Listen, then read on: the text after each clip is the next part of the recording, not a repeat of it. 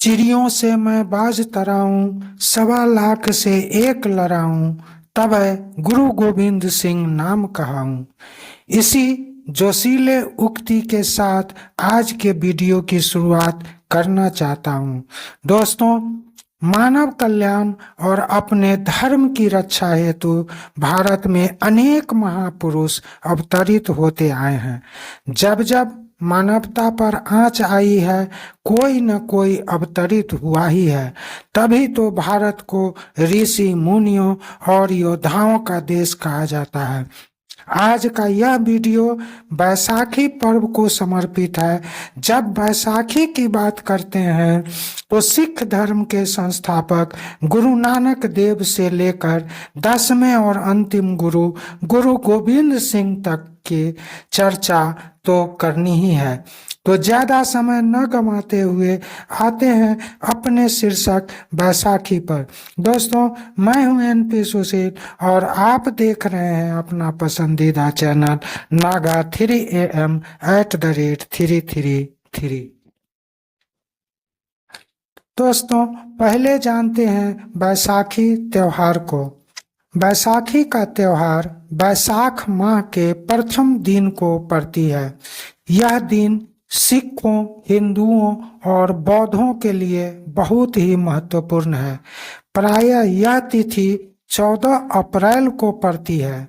सिख धर्म के लिए तो यह तिथि बहुत ही महत्वपूर्ण है, क्योंकि इसी दिन खालसा पंथ की स्थापना सिख समुदाय के 10वें गुरु गुरु गोविंद सिंह के द्वारा 1699 ईस्वी में की गई थी। बैसाखी के दिन ही सूर्य मेष राशि में प्रवेश करता है। इस तिथि के आते ही रबी की फसल खेतों में पककर तैयार हो जाती है और फसलों की कटाई शुरू हो जाती है। फसल की कटाई किसानों के लिए कितना महत्वपूर्ण है, इसे बताने की जरूरत नहीं है। भारत के किसान फसल कटाई की खुशी में भी यह पर्व मनाते हैं। बैसाखी पर्व का सिख धर्म में धार्मिक महत्व भी है। सिख समुदाय के लोग इस दिन गुरुद्वारों में इकट्ठा होकर विशेष प्रार्थनाएं करते हैं और भजन कीर्तन करते हैं। इस दिन सिख भाई अपने पारंपरिक पोशाक पहनते हैं। इस दिन भांगड़ा का विशेष महत्व है। पंजाब और हरियाणा राज्यों में बैसाखी का पर्व बड़े ही हर्षोल्लास के साथ मनाया जाता है। इस अवसर पर एक दूसरे को बधाइयां देना और मिठाइयां बांटना आम बात है। यह नहीं समझें कि इस दिन का महत्व केवल पंजाब और हरियाणा में ही है। इस दिन बंगाल में बैसाखी को पोइला बैसाख के नाम से, बिहार में सतुवानी और जुड़ शीतल के नाम से, तमिलनाडु में बैसाखी को पुथांडु के नाम से, केरल में इसे बिशु के नाम से, असम में बिहू के नाम से मनाते हैं। इसी प्रकार अन्य राज्यों में भी बैसाखी को अलग अलग तरीके से मनाई जाती है। यह जग जाहिर है कि बैसाखी के दिन को सिख समुदाय के लोग विशेष ढंग से मनाते हैं। गुरुद्वारों में भजन कीर्तन करना, गुरुबानी सुनना, मत्था टेकना, पंज प्यारे और पंचबानी गाना, लोक नृत्य भांगड़ा और गिद्दा करना, पारंपरिक पोशाक पहनना, लंगरों का आयोजन करना, प्याऊ लगाकर सभी को पानी और शरबत पिलाना आदि करके इस दिन को यादगार बना डालते हैं। इसे सिख भाई नए साल की शुरुआत के रूप में मनाते हैं। इसीलिए इस दिन को यादगार बनाने और गुरु का आशीर्वाद पाने के लिए इसे मनाने में कोई कमी नहीं छोड़ते हैं। सिख समुदाय में बैसाखी का क्या महत्व है? सिख ग्रंथों के अनुसार 30 मार्च 1699 ईस्वी को सिखों के 10वें गुरु गुरु गोविंद सिंह ने खालसा पंथ की स्थापना करी। उन्होंने सिख समुदाय के सदस्यों से निवेदन किया कि गुरु और भगवान के लिए खुद को बलिदान करना सीखो। जो भी गुरु और भगवान के लिए आगे आएगा वो पंज प्यारे कहा जाएगा, अर्थात गुरु के 5 प्रियजन। बाद में बैसाखी के दिन ही सिख साम्राज्य का प्रभार महाराजा रणजीत सिंह को सौंप दिया गया। सिख धर्म में पंज प्यारे की स्थापना। सिख धर्म में पंज प्यारे की स्थापना 13 अप्रैल 1699 ईस्वी को बैसाखी के दिन हुई थी। गुरु गोविंद सिंह ने आनंदपुर साहिब में पंज प्यारों को दीक्षा देकर खालसा पंथ की स्थापना की थी। गुरु गोविंद सिंह द्वारा स्थापित पंज प्यारे थे भाई दया सिंह, भाई धर्म सिंह, भाई हिम्मत सिंह, भाई मोहकम सिंह और भाई साहिब सिंह। गुरु गोविंद सिंह के द्वारा पंज प्यारे चुनने का तरीका बहुत ही अजूबा था। गुरु गोविंद सिंह ने देश के कोने कोने से सिखों को आनंदपुर साहिब बुलाया। विदित हो कि आनंदपुर साहिब भारत के पंजाब राज्य अंतर्गत रूपनगर जिले में स्थित सिखों के पवित्र स्थलों में से एक है। यहाँ 2 सिख गुरु, गुरु तेग बहादुर और गुरु गोविंद सिंह रहे थे।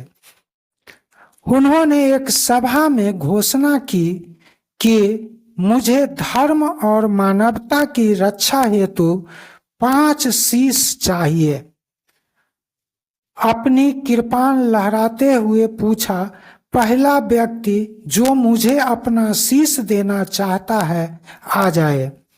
घोषणा सुनते ही लाहौर निवासी भाई दया सिंह सामने आ गए और बोले, मैं अपना शीश देने को तैयार हूँ। गुरुदेव उसे पास ही बने एक तंबू में ले गए। कुछ देर बाद तंबू से खून का धार बहता दिखा। गुरुजी तंबू से बाहर निकले तो उनके कृपाण से ताजा खून टपक रहा था। लोगों में सन्नाटा फैल गया। सन्नाटे को चीरती हुई आवाज आई, दूसरा शीश कौन देगा? इस बार जोश से भरा एक बंदा सामने आकर बोला, मैं धर्म सिंह, सहारनपुर के गांव जटवाड़ा निवासी, अपना शीश खुशी खुशी देने को तैयार हूँ। गुरु गोविंद सिंह उन्हें भी उसी तंबू में ले गए। पहले की तरह इस बार भी खून की धार निकलते लोगों ने देखा। इस बार भी पहले की तरह ही खून टपकते कृपाण को लेकर फिर मंच पर वापिस आकर बोले, तीसरा शीश कौन देगा? इस बार जगन्नाथपुरी के हिम्मत सिंह अपनी हिम्मत दिखाते मंच पर आ गए और बोले, मैं अपना शीश देने को तैयार हूँ। उनके साथ भी वैसा ही हुआ जैसा पहले दोनों के साथ हुआ था। फिर खून से लथपथ कृपाण के साथ गुरुदेव मंच पर आकर बोले, चौथा शीश कौन देगा? इस बार द्वारका के एक युवक मोहकम सिंह आगे आए। उनके साथ भी वही घटना घटी और अंत में जब गुरुदेव ने 5वीं शीश मांगी तो बीदर निवासी साहिब चंद सिंह अपना शीश देने को आगे आ गए। उनको भी गुरुदेव अंदर तंबू में ले गए और इधर विशाल मैदान में मौजूद लाखों लोग इस प्रकार शांत थे मानो मैदान में एक भी बंदा नहीं हो। कुछ देर के बाद तंबू से गुरु गोविंद सिंह अपने 5 प्यारे दया सिंह, धर्म सिंह, हिम्मत सिंह, मोहकम सिंह और साहिब सिंह के साथ मंच पर आ गए और घोषणा की कि धर्म और मानवता की रक्षा के लिए मुझे 5 प्यारे मिल गए। इन्हीं 5 प्यारों ने अपनी निष्ठा और समर्पण भाव से खालसा पंथ को आगे बढ़ाया।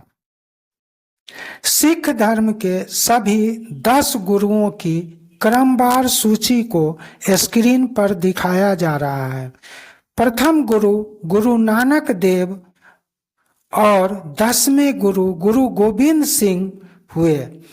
गुरु ग्रंथ साहिब को सिखों का अंतिम और जीवित गुरु माना जाता है। 10वें गुरु गुरु गोविंद सिंह ने अपने निधन से पहले घोषणा कर दी थी कि उनके बाद कोई व्यक्ति गुरु नहीं होगा और गुरु ग्रंथ साहिब आखिरी गुरु होंगे। सिख धर्म में गुरमत क्या है और इनकी खोज किसने की? सिख धर्म एक पवित्र धर्म है। इस धर्म की स्थापना का उद्देश्य मानवता और धर्म की रक्षा करना है। अभी तक सिख धर्मावलंबी जिस प्रकार मानवता की रक्षा के लिए तत्पर रहते हैं, उससे साफ जाहिर होता है कि इस धर्म के मानने वाले गुरमत की शिक्षाओं का अक्षरशः पालन भी करते हैं। ऐसा अनुशासन और मानव सेवा अन्य धर्मों में देखने को प्रायः नहीं ही मिलता है। गुरमत का अर्थ है गुरु की सलाह। पंजाब में जन्मे गुरु नानक देव ने गुरमत की खोज की। गुरमत की शिक्षाओं को देश विदेश में प्रसारित करने का कार्य स्वयं गुरु नानक देव ने की। बाद में गुरमत का प्रचार प्रसार शेष 9 गुरुओं ने भी की और 10वें गुरु गुरु गोविंद सिंह जी ने इस प्रचार कार्य को खालसा को सौंप दी। गुरमत की शिक्षाएं। इंसान स्वयं कुछ कर ही नहीं सकता, वह सिर्फ सोच सकता है। वह करता वही है जो हुक्म में लिखा होता है, चाहे वह किसी को दान दे रहा हो या किसी की जान ले रहा हो। श्री गुरु ग्रंथ साहिब में भी लिखा हुआ है, हुक्मे अंदर सब है, बाहर हुक्म न कोय। गुरमत पाप और पुण्य को नहीं मानता है। गुरमत कहता है इंसान को चाहिए कि अगर वो कोई काम करने जा रहा है तो अपनी अंतरात्मा की आवाज सुने और उसी के अनुसार कार्य करे। गुरमत एकेश्वरवाद में विश्वास करता है। गुरु नानक देव जी ने स्वयं शिक्षा दी थी कि ईश्वर एक हैं जो हर जगह हर कण कण में मौजूद हैं। हमारी प्रत्येक गतिविधियों को कोई देखे या ना देखे, परंतु ईश्वर तो देख ही रहा है। जो भी व्यक्ति ईश्वर की भक्ति करेगा उसे किसी प्रकार का भय नहीं होगा। ईमानदारी से, मेहनत से, सत्कर्मों से, उपार्जित धन से ही अपना और अपने परिवार का भरण पोषण करना चाहिए। चोरी, बेईमानी और पाप की कमाई से परिवार का भरण पोषण या शिक्षा नहीं करानी चाहिए। ये सर्वथा व्यर्थ ही हो जाते हैं। ईमानदारी, मेहनत और सत्कर्मों से उपार्जित धन का कुछ अंश गरीबों में दान कर देना चाहिए। जाति पाति, धर्म या लिंग के आधार पर भेदभाव नहीं करनी चाहिए, क्योंकि प्रत्येक इंसान एक ही ईश्वर की संतान है। इस नाते विश्व का हर इंसान एक दूसरे के कुटुंब है। समूचे ब्रह्मांड का निर्माण एक ही ईश्वर ने किया है। आकाश, पाताल और धरातल का निर्माण भी एक ही ईश्वर ने किया है। हम जो भी खाते हैं, जो भी पहनते हैं, जहां भी रहते हैं, जो भी काम करते हैं, सब ईश्वर की इच्छा से ही करते हैं। इसलिए हमें ईश्वर का सदा आभारी रहना चाहिए। हमें हर परिस्थिति में खुश रहना चाहिए। परिस्थितियों के निर्माता भी ईश्वर ही हैं। इसलिए दिन भर में कई बार ईश्वर से क्षमा याचना करनी चाहिए और उन्हें कई बार धन्यवाद भी देनी चाहिए। जग को वही जीतता है जो पहले अपने अंदर की बुराइयों पर विजय पा लेता है। जिसके अंदर ईर्ष्या, द्वेष, नफरत, क्रोध, अहंकार, भय जैसी बुराइयां छिपी है, वो इंसान कभी जग को जीत ही नहीं सकता, कभी सफल हो ही नहीं सकता। मनुष्य के पास जो कुछ भी है उसे मिल बांट कर खाना चाहिए। दोस्तों, गुरमत शिक्षा का खजाना है, इंसानियत का पाठशाला है। यदि प्रत्येक इंसान गुरमत की राह पर चले तो यह पृथ्वी स्वर्ग बन जाएगी। आइए बैसाखी के इस पवित्र अवसर पर हम गुरमत की शिक्षाओं को अपनावें और अपनी धरा को ही स्वर्ग बना लें। इस वीडियो को जो भी देख रहे हैं उन्हें मानवता की ओर एक कदम बढ़ाने का संकल्प लेना चाहिए। साथ ही वीडियो को अधिक से अधिक लोगों तक पहुंचाकर भी हम पुण्य कमा सकते हैं। हमें गुरु नानक देव की तरह प्राप्त शिक्षाओं का प्रचार प्रसार करने की जरूरत है। तभी हम नानक देव के शिष्य कहला सकते हैं, उनके वास्तविक अनुयायी कहे जाएंगे। बैसाखी के इस पावन बेला में आइए मिलकर एक कदम बढ़ाएं इंसानियत की ओर, मानवता की ओर और तिलांजलि दें अपने अंदर की बुराइयों का। संकल्प लें कि अपने अंदर में नफरत, ईर्ष्या, द्वेष, अहंकार, क्रोध, भय और बदले की भावना को पनपने नहीं देना है। आपस में प्रेम से रहकर ही हम मानवता की रक्षा कर सकते हैं। पोथी पढ़ी पढ़ी जग मुआ, पंडित भया न कोई, ढाई आखर प्रेम का, पढ़े सो पंडित होए।